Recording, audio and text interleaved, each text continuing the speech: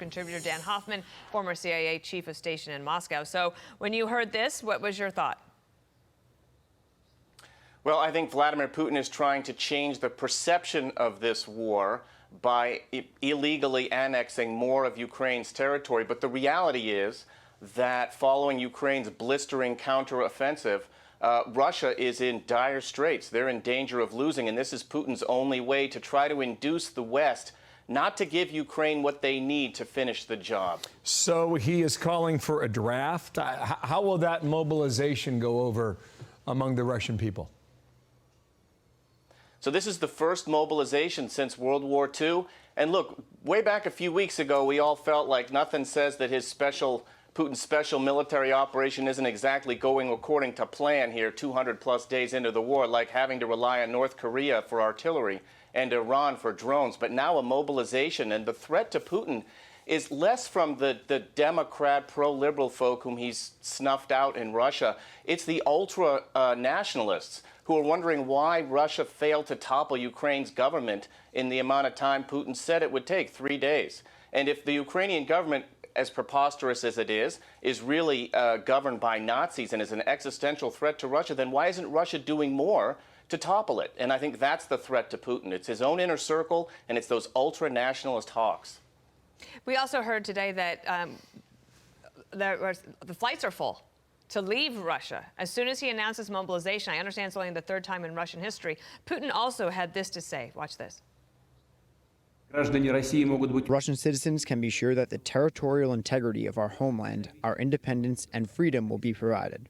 I will stress once again, with all the means at our disposal, those who try to blackmail us with nuclear weapons should know that the wind can turn their way. So we're about to have a speech from President Biden. He is going, we understand from John Kirby, who was here last hour, it will be a wide-ranging speech and talking about world hunger and things like that. However, this is going to be what everyone's going to pay attention to. How should Biden deal with this when Putin is ratcheting things up?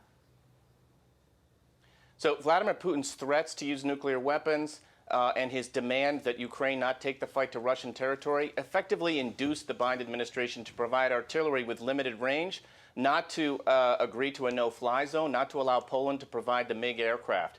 And if I were to be so presumptuous as to suggest writing a piece of President Biden's talking points, I would say, look, if Ukraine chooses to fight for its territory, no matter what Russia calls it, this is Ukraine's territory, then we will support them.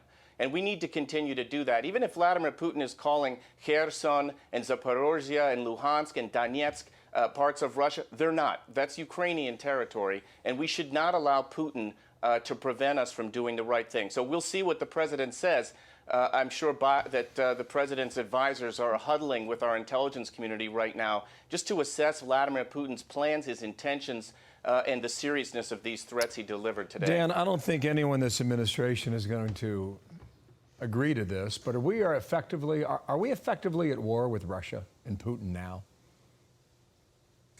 Well, that's the way that Vladimir Putin is framing it, because how else could you explain that Russia is losing such a, in a war that they claimed they could win in a short amount of time? Putin's defense minister Shoigu says that Russia's at war with the West.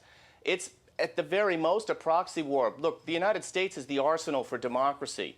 The Ukrainians are fighting and dying throughout Ukraine, and they're the ones we can owe a debt of gratitude for standing up for democracy on what is a fault line right now between Vladimir Putin's dictatorship and liberty and freedom. But we're not, that's a fine line, and Vladimir Putin... You would agree that these HIMARS, these rockets, have allowed Ukraine to go on the offensive without our weapons and without the weapons of NATO countries. Ukraine would not be battling back the way they are, would they?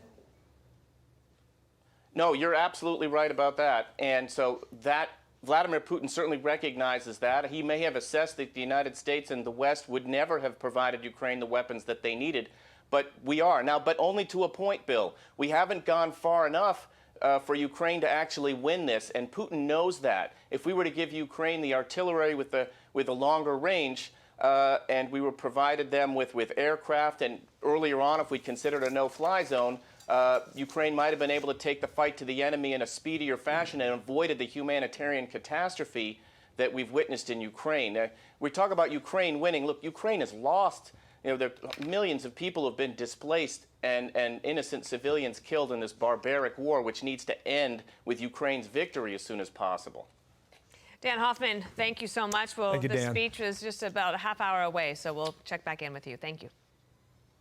Subscribe to the Fox News YouTube channel to catch our nightly opens, stories that are changing the world and changing your life. From Tucker Carlson tonight.